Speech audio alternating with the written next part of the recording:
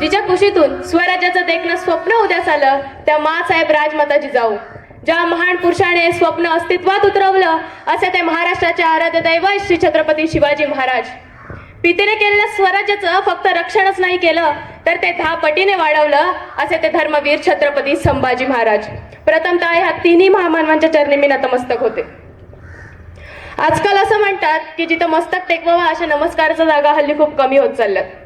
पण ज्यांचं नाव ऐकताच हे मस्तक नतमस्तक झाल्याशिवाय राहत नाही त्या माँसाहेब राजमाता जिजाऊ. ये संभा मर सकता है लेकिन कभी बेईमान नहीं हो सकता असे ते धर्मवीर छत्रपती संभाजी महाराज.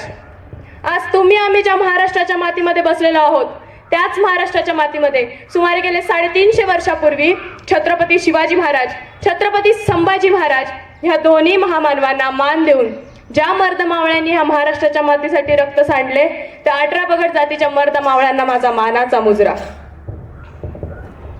खरं तर इतिहास घडवणारी माणसं इतिहास विसरू शकत नाहीत आणि इतिहास विसरणारी माणसं इतिहास घडवू शकत नाहीत. हाही एक इतिहास आहे.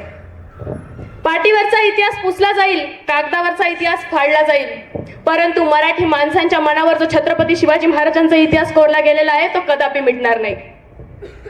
निरक्षर मराठ्यांचा इतिहास सुवर्ण अक्षरांनी लिहून ठेवावा इतका तेजस्वी इतिहास ह्याच मातीमध्ये घडला.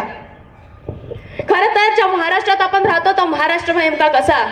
खरं तर महाराष्ट्र म्हणजे मराठी मनांचा, मावळ मातीचा महाराष्ट्र, भक्तीच्या चैरत्रांचा, शक्तीच्या पैलतीरांचा महाराष्ट्र, मातीत धुमसणाऱ्या तेजोमय रक्ताला कुमकुम कर्णकाचा धगधगता इतिहास सुरात घेऊन पेटणारा महाराष्ट्र, पोलाजी छातडातल्या जीवाला पेटवणारा महाराष्ट्र आणि गरजा महाराष्ट्र माझा म्हणत स्वाभिमानी मराठ्यांचा अभिमान ज्वलंत आणि जिवंत ठेवणाऱ्या, जगदंबा बहुदरात घेऊन घुमणाऱ्या वादळाचा माझ्या शिवबाचा महाराष्ट्र, माझ्या शिवबाचा महाराष्ट्र.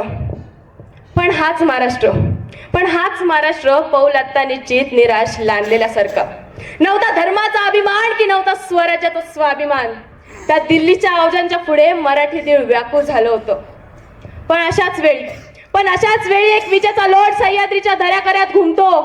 जे झोपले होते ते खाडकन जागे झाले, जे जागे होते ते उभे झाले आणि जे उभे होते ते चालते झाले आणि ज्या चालणाऱ्यांच्या खांद्यावरती स्वराज्याचे स्वप्न उभे झाले.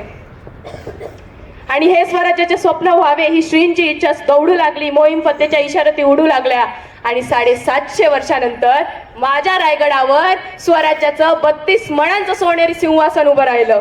आणि मातीची भागवली त्यांनी दुष्णा. काय सांगू लेका, ऊर माझं तुटत आहे, रायगड आणि प्रतापगड ही मी तिळ तुटत आहे. अफजल खानाचा वारसा पुरत काहीच माझं मुडूप आहे. सांगा ओढून त्याला हे राज्य माझ्या शिवरायांचे आहे, हे राज्य माझ्या शिवरायांचे आहे. अखंड लक्ष्मणकृत राज्य कार्य धुरंतर श्रीमंत महाराजाधिराज छत्रपती शिवाजी महाराज ही किलकारी रायगडाच्या कण्याला, महाराष्ट्राच्या मनाला आणि कालाच्या क्षणाला वेधून चालती झाली आणि खऱ्या अर्थानं शेतकऱ्यांचं, कामकऱ्यांचं, कष्टकऱ्यांचं राज्य ह्याच मातीमध्ये अवतरलं. आज 350 वर्ष होऊन गेली या घटनेला, पण आजही कुणाला सांगावं लागत नाही छत्रपती शिवाजी महाराज कोण होते. आजही कुणाला बोलावं लागत नाही छत्रपती शिवाजी महाराजांनी काय केलं. अरे दूरवर एखादी किळकारी ऐकू येते छत्रपती शिवाजी महाराज की, आणि आमच्या तोंडातून कधी जय बाहेर निघतं हे आम्हालाच कळत नाही. जणू आमच्या अंगातून सहसगळ्या रक्ताच्या थेंबामध्ये छत्रपती शिवाजी महाराज अजून जिवंत आहे. जणू काय या मातीवर जन्माला येणाऱ्या प्रत्येक पोराच्या फळावरती ही माती जन्मताच शिवाजी ही 3 अक्षरं कोरून पाठवते की काय असं वाटतं. एवढी ही जादू या राजाची. असं काय निर्माण केलं असेल या राजाने की आतापर्यंत कैक राजे झाले, सुलतान झाले, बादशाह झाले, आले तसे निघून गेले, परंतु छत्रपती शिवाजी महाराज हे नाव मात्र चिरंतन राहिले. शिवरायांचे 8वावे रूप, शिवरायांचा 8वावा प्रताप असा संदेश देणाऱ्या समर्थ रामदास स्वामींनी शिवरायांचा श्रीमान योगी असा उल्लेख केला. शिवरायांपूर्वी अनेक राजे होऊन गेले, शिवरायांनंतरही अनेक राजे उद्या झाले, पण सर्वांना आदर्श राजा म्हणून नटवताच ते केवळ शिवरायच. याचे कारण त्यांचे प्रजेवरील प्रेम, स्वराज्य निष्ठा, त्यांचे पराक्रम आणि त्यांचे निष्कलंक चरित्र.